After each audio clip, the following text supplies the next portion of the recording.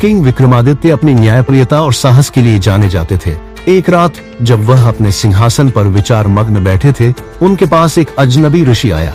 ऋषि ने उन्हें एक खतरनाक मिशन के बारे में बताया, एक ऐसी घाटी का रहस्य जो हर पूर्णिमा की रात गायब हो जाती है और वहाँ रहने वाले लोग एक श्राप के कारण भूत बन जाते हैं। इस रहस्य को सुलझाने के लिए विक्रम को वहाँ जाना होगा। यात्रा की शुरुआत विक्रमादित्य अपने घोड़े पर चढ़कर चंद्र घाटी की ओर निकल पड़े। जंगल घना और डरावना था, चारों ओर अजीब सी खामोशी थी। उनके साथ हमेशा की तरह बेताल था, जो पेड़ पर उल्टा लटका हुआ हंस रहा था। बेताल ने कहा, राजा विक्रम, तुम इस बार ऐसी जगह जा रहे हो जहां सिर्फ मौत और रहस्य है, क्या तुम तैयार हो? विक्रम ने दृढ़ता से जवाब दिया, राजधर्म निभाने के लिए मैं किसी भी खतरे का सामना कर सकता हूँ। चंद्र घाटी का पहला संकेत घाटी के पास पहुंचते ही विक्रम को अजीब सी ठंड महसूस हुई। वहां एक टूटी हुई कुटिया मिली, जहां से किसी महिला के रोने की आवाज आ रही थी। जैसे ही विक्रम अंदर गए, उन्होंने एक बूढ़ी औरत को देखा जो रोते हुए कह रही थी, यह श्राप कभी खत्म नहीं होगा, हमारी आत्माएं पूर्णिमा की रात तक भटकती रहेंगी। बूढ़ी औरत ने विक्रम को बताया कि घाटी के सारे लोग एक क्रूर राजा के श्राप के शिकार हुए थे। उसने विक्रम को चेतावनी दी, अगर तुम उस श्राप को तोड़ने की कोशिश करोगे तो तुम्हें भी अपनी जान गंवानी पड़ेगी। भूतिया गांव और पहला रहस्य। जैसे ही विक्रम घाटी में आगे बढ़े, उन्होंने एक उजड़ा हुआ गांव देखा। वहां के घरों में से अजीब अजीब परछाइयां दिख रही थी। तभी एक अधजली पगड़ी पहने आदमी प्रकट हुआ। वह बोला, तुम यहाँ क्यों आए हो राजा?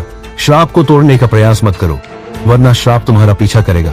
विक्रम ने कहा, मैं न्यायप्रिय राजा हूँ, मैं इस श्राप का अंत करने के लिए आया हूँ। अचानक हवा ठंडी हो गई, गांव का माहौल और डरावना हो गया। बेताल ने विक्रम से कहा, राजा, इस श्राप के पीछे क्या रहस्य है? यह जानने के लिए तुम्हें सच और झूठ का फर्क समझना होगा।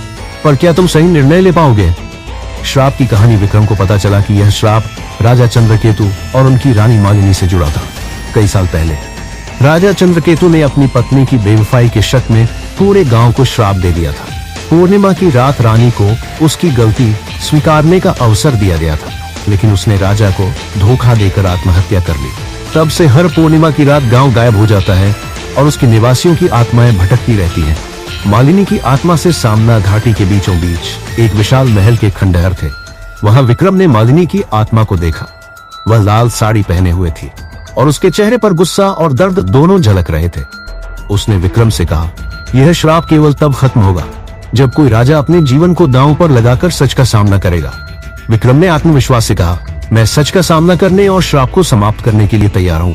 मुझे बताओ कि मुझे क्या करना होगा। रहस्यमयी चुनौतियां। मालिनी ने विक्रम के सामने 3 चुनौतियां रखी। पहली चुनौती, सत्य का चयन। विक्रम को 3 वस्तुओं में से सच्ची वस्तु को चुनना था। एक तलवार जो असत्य का प्रतीक थी, एक किताब जिसमें झूठे इतिहास थे, एक दीपक जिसमें सत्य का प्रकाश था। बेताल ने विक्रम से सवाल पूछा, अगर सत्य और असत्य एक जैसे दिखें तो तुम किसे चुनोगे?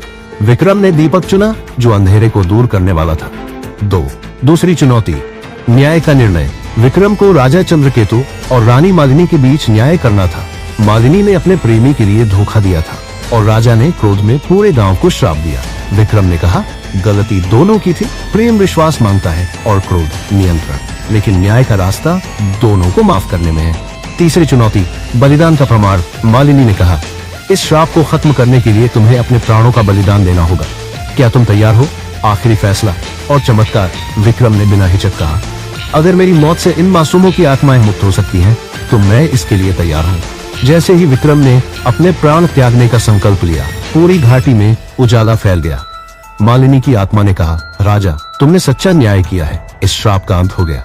घाटी के सभी आत्माओं को मुक्ति मिल गई। राजा चंद्रकेतु और रानी मालिनी की आत्माएं भी मुक्त होकर स्वर्ग चली गईं। अंतिम मोड़। बेताल ने मुस्कुराते हुए कहा, राजा विक्रम, तुमने एक बार फिर साबित कर दिया कि तुम सच्चे न्यायप्रिय और साहसी हो। लेकिन याद रखना, हर सत्य और न्याय का मूल्य बहुत बड़ा होता है। विक्रम ने गहरी सांस ली और अपनी यात्रा जारी रखी, यह सोचते हुए कि उनकी अगली चुनौती क्या होगी।